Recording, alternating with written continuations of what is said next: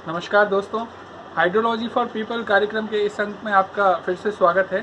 मैं आपके साथ में हाजिर हूँ एक नई इनोवेशन, एक नई तकनीक को लेकर। Aquifer storage and recovery system के अंतर्गत जो है एक तकनीक डेवलप की गई है। NIH ने शोध कार्य किए हैं और इसी बारे में अधिक जानकारी के लिए आज हमारे साथ है गोपाल कृष्ण जी, जो हमें और जो शोध कार्य किए गए हैं इस क्षेत्र में उनसे अवगत करवाएंगे। गोपाल कृष्ण जी, आपका बहुत बहुत स्वागत है। नमस्कार।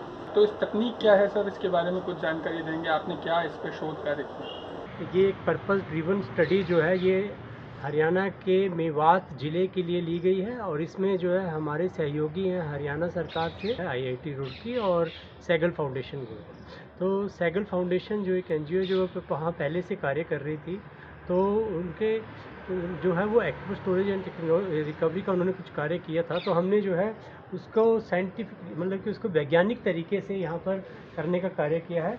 इसके लिए हमने ये जो है एक एक्सपेरिमेंटल मॉडल है, ये हमने यहाँ पर इसको बनवाया है। इस मॉडल के अंदर जो नीचे वाला है हिस्सा है, इसमें जो है एक्वीफर मटेरियल का हम एक अनुपात रखते हैं और उसके बाद जो है यहाँ से जो है सैलाइन जो लवणीय पानी है वो 10 से 12,000 माइक्रो सीमेंस पर सेंटीमीटर तक इसमें डाला जाता है और इसको पूरी तरह से सैचुरेट किया जाता है।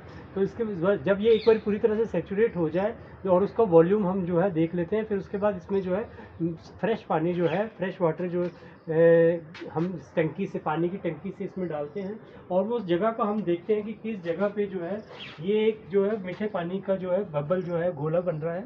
उसके लिए हम जो है नमूने लेते हैं। ये नमूने लेने के लिए जगह बनाई है, तो हम वो जगह जो है उसको मार्क कर लेते हैं कि कहाँ पर वो गोला बन रहा है और उस गोले बनने के लिए फिर उस जगह पे हम एकदम उसको वहाँ पर स्थापित करते हैं और उसके बाद एक जो है जो पानी जो है उसको हम नापते हैं और उसका उतना पानी ही डालते हैं। उस पानी के डालने के बाद हम ये देखते हैं कि कितने घंटे तक उसको रखा जाए और उस पानी को हम निकालते हैं, जिससे कि हम इसको रिकवरी एफिशिएंसी लेते हैं और उस पानी का फिर से जो है EC नापी जाती है और वो देखा जाता है कि एक हमारा जो है 1000 या 1500 माइक्रो सीमेंस से कम हम कितना पानी निकाल पाते हैं। जो पानी निकलता है तो उसके हिसाब से हम इसकी रिकवरी एफिशिएंसी जो है वो निकाल देते हैं।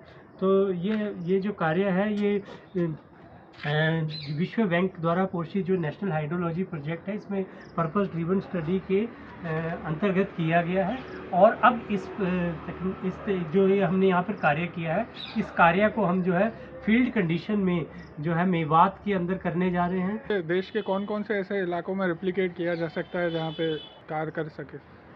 उत्तरी भारत में कुछ हिस्सों में और नॉर्थ वेस्ट इंडिया जिसको हम कहते हैं उत्तर पश्चिम भारत, जिसमें पंजाब, हरियाणा, राजस्थान है, इसके कुछ हिस्सों में लवणता की समस्या है। और इस तकनीक का इस्तेमाल जो है हम समुद्र के किनारे जो है उन जलभृतों में भी कर सकते हैं जिनमें लवणता है, वहाँ पर भी हम इस तकनीक का इस्तेमाल किया जा सकता है। सर, जो आपने ये मॉडल बनाया है इसके अंदर आपने क्या क्या पैरामीटर्स में शोध कर दिए हैं और उसके कैसे रिजल्ट हैं?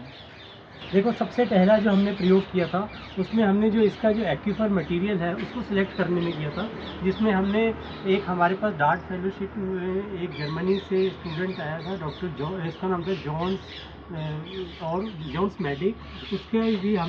उसने इसमें भी काफ़ी कार्य किया था, जिसमें हमने ये कोशिश की थी पाने की कि किस मटेरियल को हम यूज़ करें। तो जो मिट्टी है हमने इस एक्सपेरिमेंट के लिए हमने मेवात से ही मंगाई थी, मेवात से ही मंगाई हुई कुछ मिट्टी हमने इसमें डाली।